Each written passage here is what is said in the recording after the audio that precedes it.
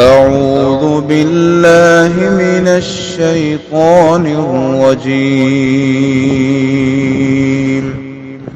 بسم الله الرحمن الرحيم.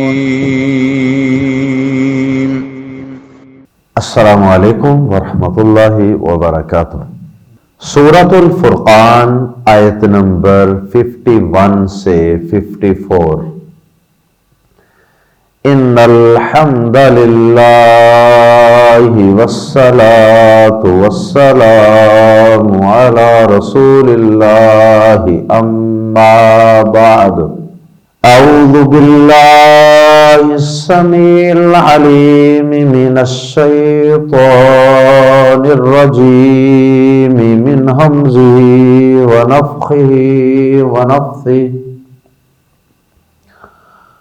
وَلَوْ شِئْنَا لَبَعَثْنَا فِي كُلِّ قَرْيَةٍ نَذِيرًا فَلَا تُطِعِ الْكَافِرِينَ وَجَاهِدْهُمْ بِهِ جِهَادًا كَبِيرًا وَهُوَ الَّذِي مَرَجَ الْبَحْرَيْنِ هَذَا عَذْبٌ فُرَاتٌ وَهَذَا مِلْحٌ أُجَاجٌ وَجَعَلَ بَيْنَهُمَا بَرْزَخًا وَحِجْرًا مَحْجُورًا وَهُوَ الَّذِي خَلَقَ مِنَ الْمَاءِ بَشَرًا فَجَعَلَهُ نَسَبًا وَصِهْرًا وَكَانَ رَبُّكَ قَدِيرًا۔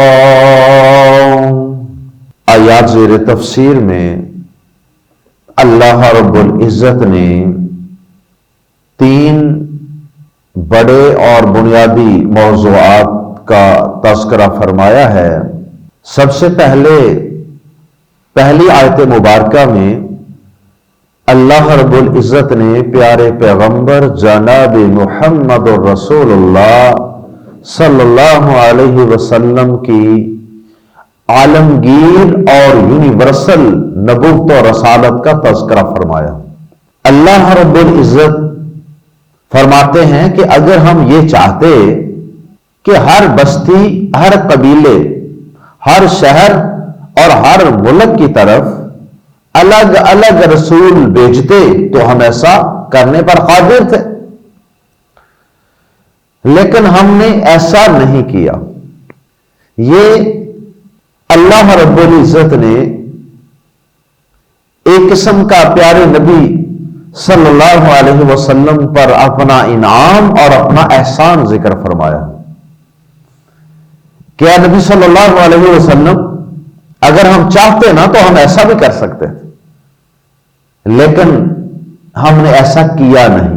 یہ بات از خود سمجھ میں آ رہی ہے، اگرچہ آیت مبارکہ میں موجود نہیں ہے کہ ہم نے ایسا نہیں کیا، لیکن آیت کے مفہوم سے یہ بات خود بخود واضح ہو رہی ہے کہ اللہ پاک نے ہر قبیلے، ہر شہر، ہر گاؤں، ہر وطن کی طرف الگ الگ رسول، الگ الگ ڈرانے والا پیغمبر نہیں بھیجا، بلکہ اللہ رب العزت نے یہ تاج آپ کے سر پر رکھ دیا کہ آپ ہی ہر قبیلے، ہر قوم، ہر امت، ہر وطن اور ہر شہر اور ہر دیہات کی طرف اللہ کا پیغام لے کر جائیں، انہیں اللہ کی نافرمانی کے خطرات سے آگاہ کریں اور انہیں اللہ کے پیغامات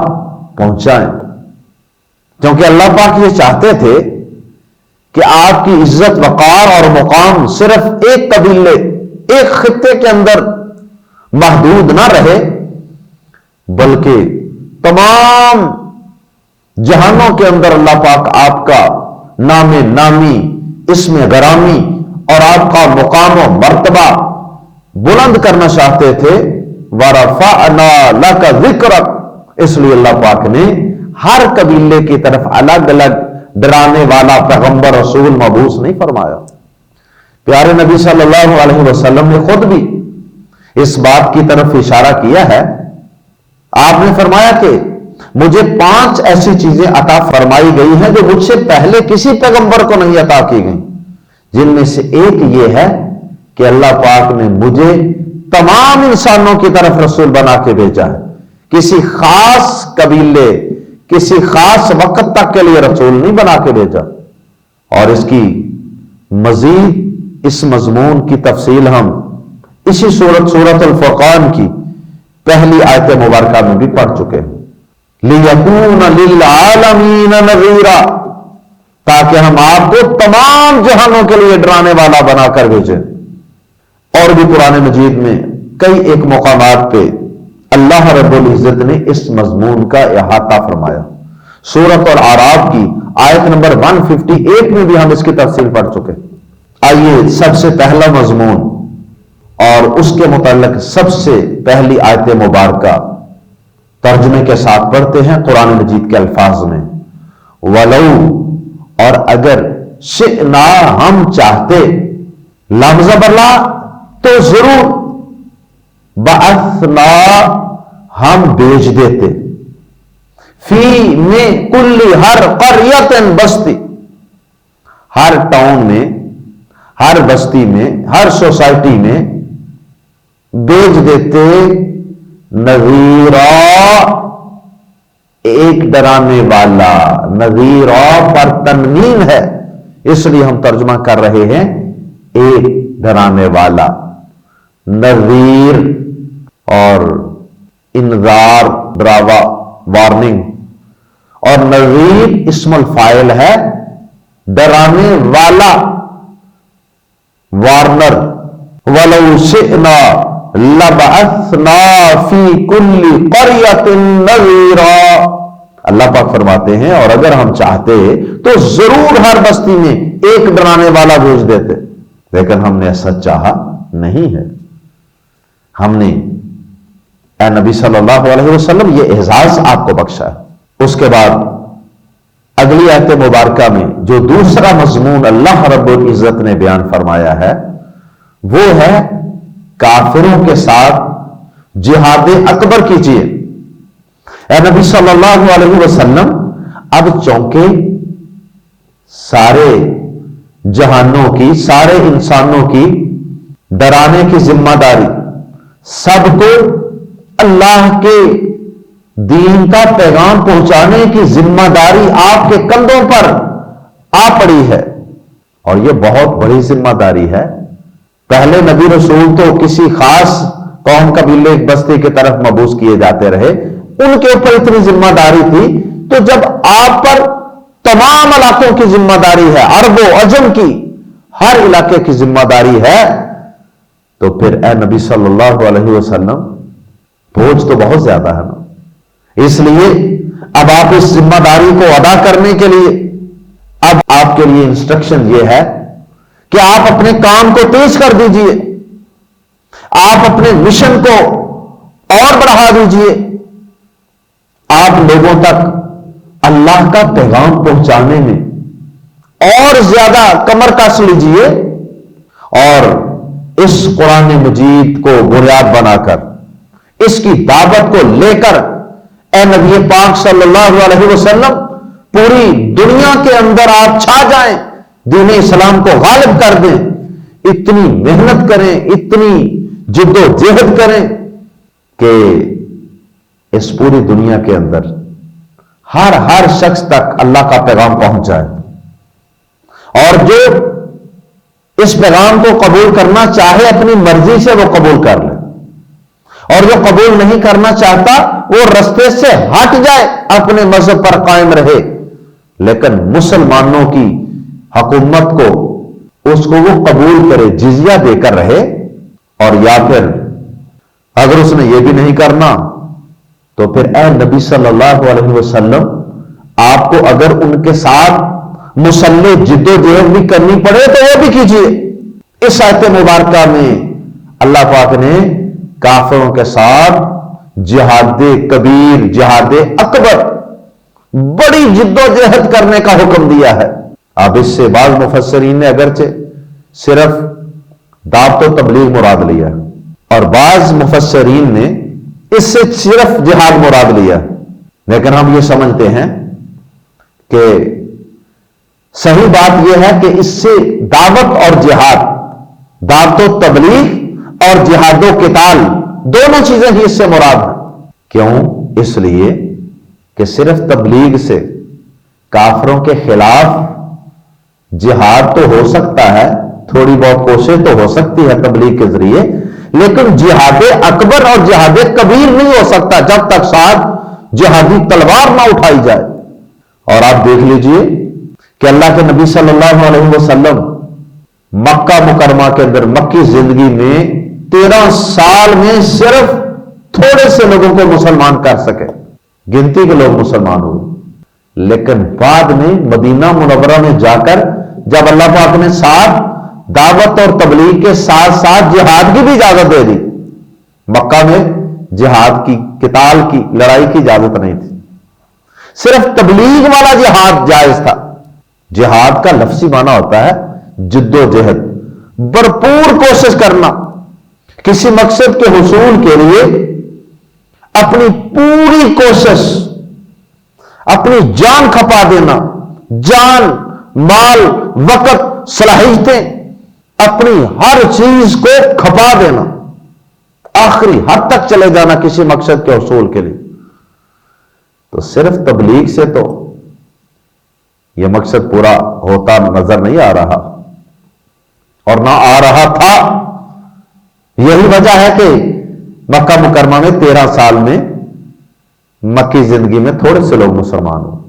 اور جب آپ مدینہ منورہ میں تشریف لے گئے، اللہ پاک نے ساتھ جہاد کی بھی اجازت دے دی کہ اب جو اکڑی ہوئی گردنیں ہیں، جو فرعون ہیں، جو بڑے بڑے ظالم ہیں، جو اسلام کے قبول کرنے میں رکاوٹ بنے ہوئے ہیں، جو بڑے بڑے کمزور، بڑے بڑے پورے قبیلے، پورے ملک جو ہیں، وہ اپنے کسی ظالم بادشاہ کے جبر اور ظلم کی وجہ سے اسلام قبول نہیں کر رہے.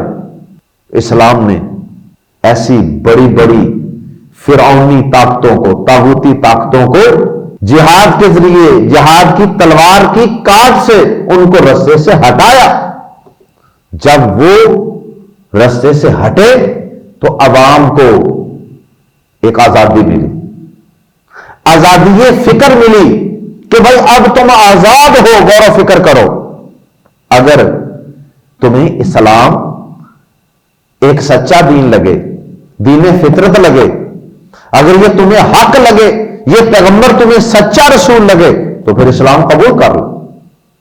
اور اگر تمہارا جی نہ چاہے تو تم پھر بھی آزاد ہو. لا اکراہ فی الدین، دین قبول کروانے میں اللہ پاک نے جبر کی اجازت دی نہیں.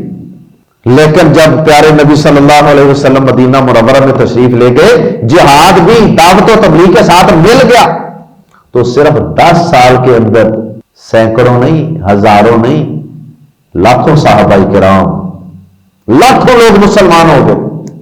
10 سال کا قلیل عرصہ ہوتا ہے. تو جہاد دعوت و تبلیغ کے ساتھ جب ملا تو اس کے بعد پھر اسلام کا گراف ایسے تیزی سے اوپر کو اٹھا. اسلام قبول کرنے والوں کی تعداد ایسے اٹھی، جو گراف پہلے بڑا سلو، بہت سلو جا رہا تھا، کیونکہ رکاوٹیں بڑی تھیں. اسلام قبول کرنے والوں پر ظلم بڑے ہوتے تھے.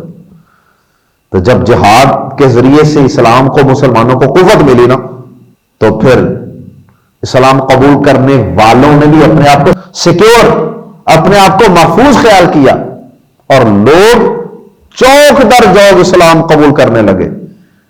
اسی موقع پہ یہ سورت اتری تھی، اذا جاء نصر اللہ والفتح ورأیت الناس یدخلون فی دین اللہ افواجا. اللہ کی مدد آئی جہاد کے ذریعے سے، تو لوگ چوک در چوک، فوجوں کی فوجیں اسلام میں داخل ہونے لگی. تو بہرحال یہ تھا جہاد جو دعوت و تبلیغ کے ساتھ ملا تو اسلام مضبوط ہو گیا، اسلام تیزی سے پھیل گیا، اسلام غالب آ گیا، اسلام طاقت میں آ گیا. اب رہا یہ اعتراض یا یہ کنفیوژن کہ بھئی یہ سورت تو مکی ہے، مکہ مکرمہ میں اترنے والی سورت ہے، ہجرت سے پہلے اتر رہی ہے، اس میں جو جہاد کا حکم ہے اس سے مراد لڑائی اور قتال کس طرح مراد ہو سکتا ہے؟ اس کا جواب یہ ہے کہ یہ حکم قبل از وقت تھا. اللہ پاک نے اپنے نبی صلی اللہ علیہ وسلم کو ذہنی طور پر، آپ کو اور آپ کے صحابہ کو ذہنی طور پر پہلے سے تیار کرنا شروع کر دیا تھا کہ ابھی تم نے جہاد کی تلوار کو چلانا نہیں، لیکن تیاری ذہنی طور پر تیار رہو، نیت رکھو، جذبہ رکھو کہ یہ کام بھی بالآخر کرنا ہی کرنا ہے ایک دن. اور پھر مکی صورتیں، تم میں سے کچھ لوگ وہ بھی ہوں گے جو اللہ کی راہ میں جہاد اور قتال اور لڑائی کے لیے نکلے ہوں گے.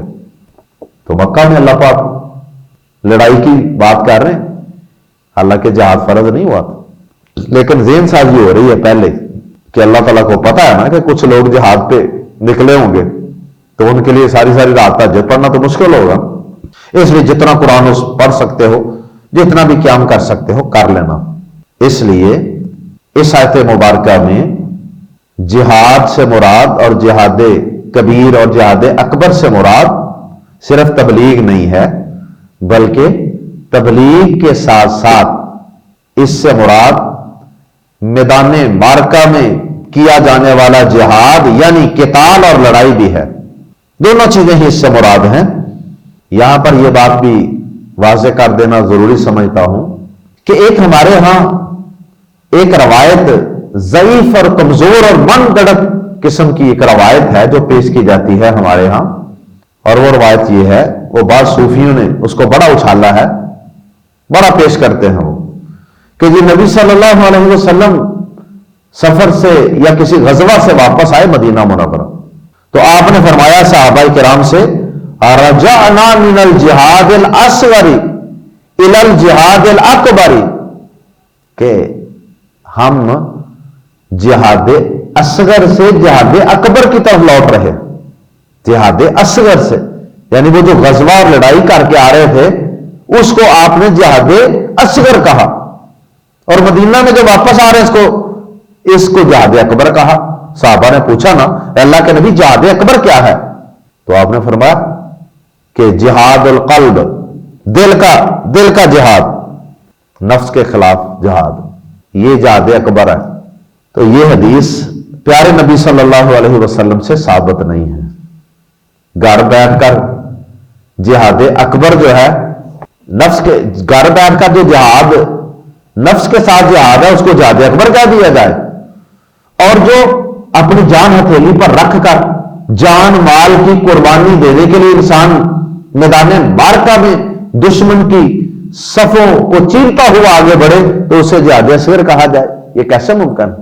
اور پھر سنن ابن ماجہ میں ایک حدیث بھی ہے، پیارے نبی صلی اللہ علیہ وسلم سے پوچھا گیا ای الجہاد افضل، اللہ کے نبی صلی اللہ علیہ وسلم سب سے افضل جہاد کون تھا؟ تو آپ نے فرمایا تھا من اہلی کا دم و اکیرا جواد، جس کا خون بہا دیا گیا اور اس کا گھوڑا کاٹ دیا گیا. جس کا خون بہا دیا گیا یعنی شہادت، اور اس کا گھوڑا کاٹ دیا گیا، گھوڑا بھی شہید ہو گیا، بندہ خود بھی شہید ہو گیا. گھوڑا مال ہے نا، یعنی اس کا مال بھی اللہ کی راہ میں کام آ گیا، اس کی جان بھی اللہ کی راہ میں کام آ گئی. یہ سب سے افضل جہاد ہے. اور ویسے بھی عقلی طور پہ بھی دیکھیں کہ جہاد میں نفس کے بغیر انسان میدان جہاد میں پہنچ کیسے سکتا ہے جان کی قربانی پیش کرنے کے لیے؟ کیا نفس کے ساتھ جہاد کیے بغیر دل میں دنیا کی محبت بھری ہو، بیوی کی محبت بھری ہو، کارخانوں فیکٹریوں کی محبت بھری ہو، تو آدمی میدان جہاد میں جا سکتا ہے لڑائی کرنے کے لیے؟ ممکن ہی نہیں. تو جہاد یہاں دونوں قسم کا جہاد مراد ہے، دعوت و تبلیغ کے ساتھ بھی. آئیے قرآن مجید کے الفاظ میں پڑھتے ہیں، فلا پس نہ توتے کہا مانیے آپ.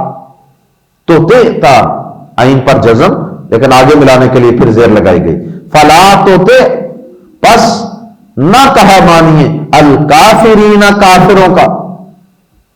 کافروں کی باتوں میں نہیں آنا، وہ آپ کے خلاف، قرآن کے خلاف جتنے بھی پروپیگنڈے کرتے رہیں، اعتراضات کرتے رہیں، آپ سے عجیب و غریب معجزات کا مطالبہ کرتے رہیں، تان و تشنیع کرتے رہیں، ٹھٹے مذاق کرتے رہیں، آپ کی دعوت کو روکنے کی کوشش کرتے رہیں، یا آپ سے کمپرومائز کرنے کی کوشش کریں کہ آپ تھوڑی سی بات ہماری مان لیں، کچھ ہم مان لیتے ہیں، ایک دن آپ ہمارے معبودوں کی پوجا کر لیں، ایک دن ہم آپ کے معبودوں کی پوجا کر لیتے ہیں، آپ نے کسی بھی حوالے سے کافروں کی باتوں میں نہیں آنا اور ان کی بات ہرگز نہیں ماننی۔ آپ اپنی دعوت کو لے کر قرآن کے ذریعے ڈٹ جائیں، کھڑے ہو جائیں، دعوت و تبلیغ میں بھی اور مدینہ جا کر جہاد فی سبیل اللہ کے میدانوں میں بھی۔ فلا تطیع الکافرین، پس نہ کہا مانیے آپ کافروں کا، وجاہدہم، اور جہاد کیجیے ان سے، بھی اس قرآن کے ساتھ۔ اس قرآن کا ذکر اس سورہ مبارکہ کے آغاز میں بھی ہم پڑھ چکے ہیں، تبارک الذی نزل الفرقان علی عبدہ، بہت برکت والی ہے وہ ذات جس نے اپنے بندے پر یہ قرآن فرقان، قرآن یعنی فرقان نازل فرمایا۔ اور ابھی تھوڑا سا پیچھے بھی اللہ پاک نے قرآن کا ذکر کیا، وَلَقَدْ صَرَّفْنَاهُ بَيْنَهُمْ، اور یقیناً ہم نے اس قرآن کو لوگوں کے درمیان گما پھرا کر انداز بدل بدل کے بیان کیا۔ تو بہرحال یہاں جاہدہم کے بعد جو بھی ہے نا، تو یہ بھی میں جو ہو ضمیر ہے نا، یا ہی، اس سے مراد قرآن مجید ہے۔ وجاہدہم، اور جہاد کیجیے ان سے، بھی اس قرآن کے ساتھ، جہاداً کبیرہ، بہت بڑا جہاد، اسٹرائک اگینسٹ دیم، ان کے خلاف کوشش کیجیے، بھرپور کوشش، بڑا جہاد کیجیے۔ اللہ اکبر! اتنے جاہلیت کے اندر ڈوبے اور لتھڑے ہوئے معاشرے کو تبدیل کرنے کے لیے واقعی تھوڑی بہت کوشش سے کام نہیں چلنا تھا، اور واقعی آپ نے پھر اس کا حق ادا کیا، کبھی دعوت و تبلیغ کے میدانوں میں مکہ مکرمہ میں، اور کبھی حق ادا کر دیا پیارے نبی صلی اللہ علیہ وسلم نے۔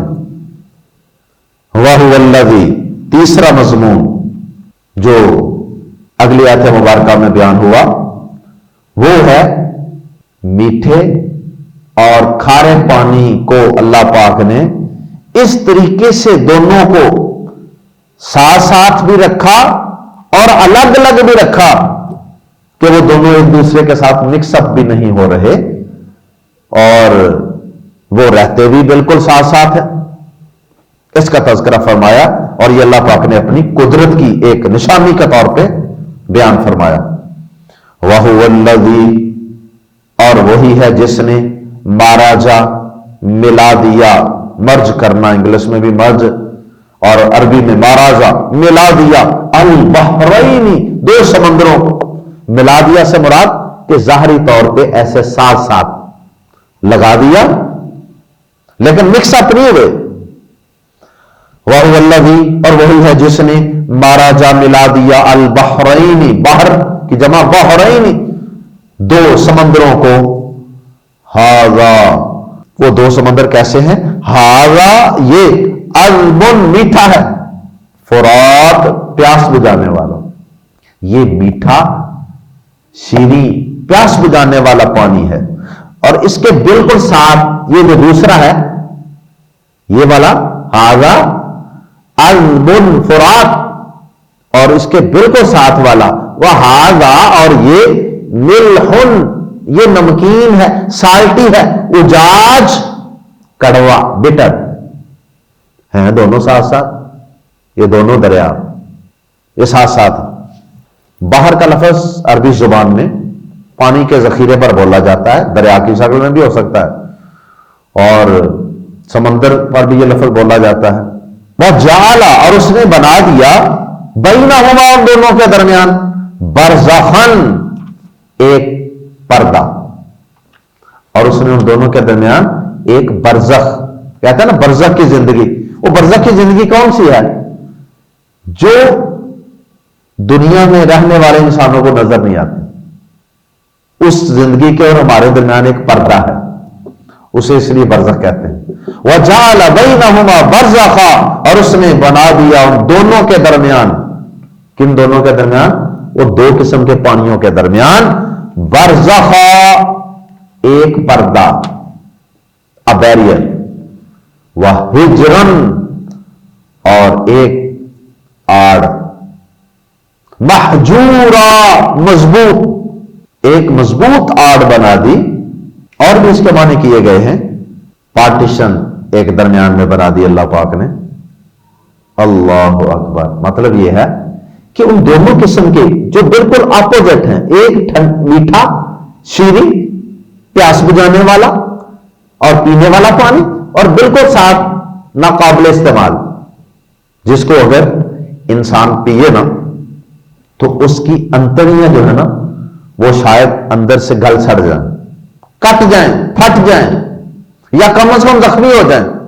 کیونکہ سمندر کے پانی کے اندر اللہ پاک نے ایسے ایسے نمکیات رکھے ہیں جس کی وجہ سے وہ کھارا ہوتا ہے، نمکین ہوتا ہے.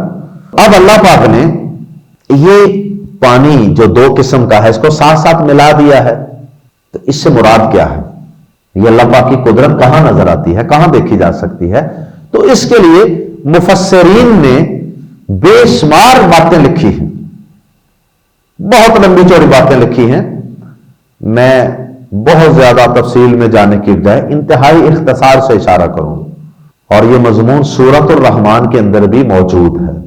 اللہ پاک نے وہاں فرمایا نا، مرج البحرین یلتقیان بینہما برزخ لا یبغیان، یہ سورۃ الرحمن، وہاں بھی تقریباً یہی مضمون سورۃ الرحمن کی آیت نمبر 19-20 میں. اب یہ دو پانی کہاں ملے ہوئے ہیں جن کے درمیان اللہ پاک کہتے ہیں کہ میں نے ملایا بھی ہوا ہے، لیکن ایسی نہ نظر آنے والی درمیان میں پارٹیشن ہے، بیریئر ہے، رکاوٹ ہے کہ وہ ایک دوسرے کے اندر مکس اپ بھی نہیں ہو رہے. اس میں بعض اہل علم نے تو یہ کہا کہ یہ جو پانی ہے نا یہ سارا پہاڑی علاقوں سے اکٹھا ہوتا ہے، چشموں سے، بارشوں کا ہوتے ہواتے نالوں کی شکل میں، دریاؤں کی شکل اختیار کر جاتا، پھر یہ آسا سا سمندر میں گر جاتا. تو یہ جب سمندر میں گرتا ہے تو اللہ پاک کی قدرت یہ ہے کہ یہ سمندر کے اندر داخل ہوتا ہے تو بڑی دور تک یہ اپنے خاص کو، اپنی مٹھاس کو سمندر کے کھارے پانی سے جدا رکھتا ہے کہ اس کے دائیں اور بائیں دونوں طرف وہ کھارا پانی ہوتا ہے. اب وہاں پہ اس ایریے کے اندر جہاں ابھی جا کر یہ پوری طرح مکس اپ نہیں ہوا ہوتا، زیادہ آگے جا کے تو پھر یہ آستہ آستہ آستہ مکس اپ ہو جاتا ہے اللہ کے اذن سے، لیکن شروع میں کافی فاصلے تک اس میٹھے پانی کے دائیں اور بائیں دونوں طرف کھارا اور نمکین پانی ہے اور یہ مکس اپ نہیں ہو رہے. ایک تو اس کی تفسیر یہ کی گئی.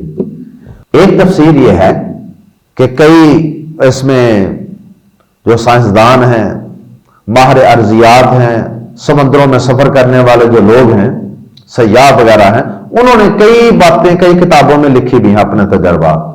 وہ کہتے ہیں کہ سمندر کے اندر سفر کرتے ہوئے انہیں کئی ایسی جگہ ملی ہیں کہ جہاں اندر اندر کہیں سمندر کے پانی قابل استعمال اور میٹھا ہوتا. یہ دوسری تفسیر ہو گئی. اور تیسری یہ ہے کہ زیر زمین اللہ پاک نے بہت بڑا سمندر پانی کا پیدا کیا ہو. اور یہ بات تو ہمارے بھی مشاہدے میں، یہ تو کوئی شخص بھی اس کا مشاہدہ کر سکتا کہ اس زمین کے نیچے جو پانی ہے یہ جب ہم پینے کے لیے نکالتے ہیں، کنویں، پہلے لوگ کنویں کھودتے تھے، اب لوگ بورنگ کے ذریعے پانی نکالتے ہیں، نلکے کے ذریعے بھی نکالتے تھے لوگ پانی. تو یہ تو بہت ہی لوگوں کا مشاہدہ ہے نا کہ ایک علاقے میں آپ پانی نکالتے ہیں، کنواں نکالتے ہیں، نلکے سے یا بور سے پانی نکالتے ہیں تو کھارا، اور ساتھ کچھ فاصلے پہ نکالتے ہیں تو وہاں میٹھا پانی.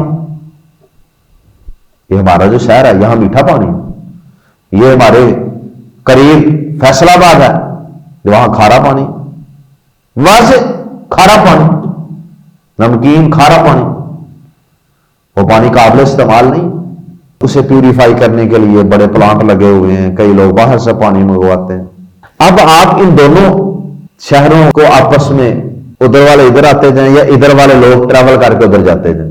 اب دونوں کے درمیان کوئی تو ایک ایسا پوائنٹ ہوگا نا کہ جس پوائنٹ سے دائیں طرف پانی نمکین ہوگا اور بائیں طرف میٹھا ہوگا. کوئی تو ایسا باؤنڈری آئے گی نا. تو وہاں سے پانی مکس کیوں نہیں ہو رہا؟ صدیوں سے زمین کے نیچے پانی چل رہا ہے، کھڑا ہے، ہل رہا ہے. پانی آخر دو نکالتے بھی نا جگہ جگہ سے، اسے پانی ہلتا تو ہے نا. پھر آپ کنویں سے ایک بالٹی نکالتے ہیں تو پورے کنویں کا پانی نہیں ہل جاتا.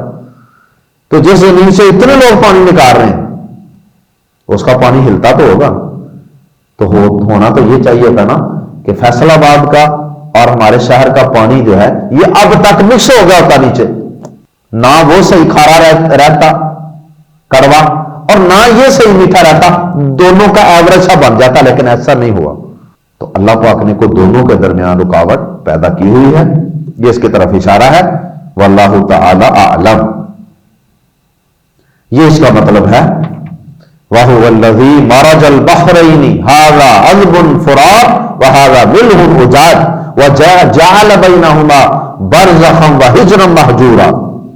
آخری آیت مبارکہ میں بھی اللہ رب العزت نے اپنی ایک عظیم نعمت اور قدرت کا تذکرہ فرمایا ہے انسان کو جو اللہ پاک نے عطا فرمائی ہے. وَهُوَ الَّذِي، اور وہی ہے جس نے خلق پیدا کیا من الماء، پانی سے، بشرن، ایک بشر کو، اور وہی ہے جس نے پانی سے ایک بشر کو پیدا کیا. فَجَعَلَهُ، پہلی تو اللہ پاک کی قدرت یہ ہے کہ اللہ پاک نے ایک جرثومے سے، ایک منی سپرم سے، ایک نطفے سے ایک اتنا خوبصورت طاقتور عقل مند انسان بنا کے کھڑا کر دیا جو فضاؤں میں جہاز بنا کر اڑا رہا. پیدا کہاں سے ہوا؟ پیدا کہاں سے ہوا؟ ایک جرثومے سے، ایک ادنا سے قطرے سے. پانی کے اوپر اللہ پاک نے کیسے نقش و نگاری کر دی.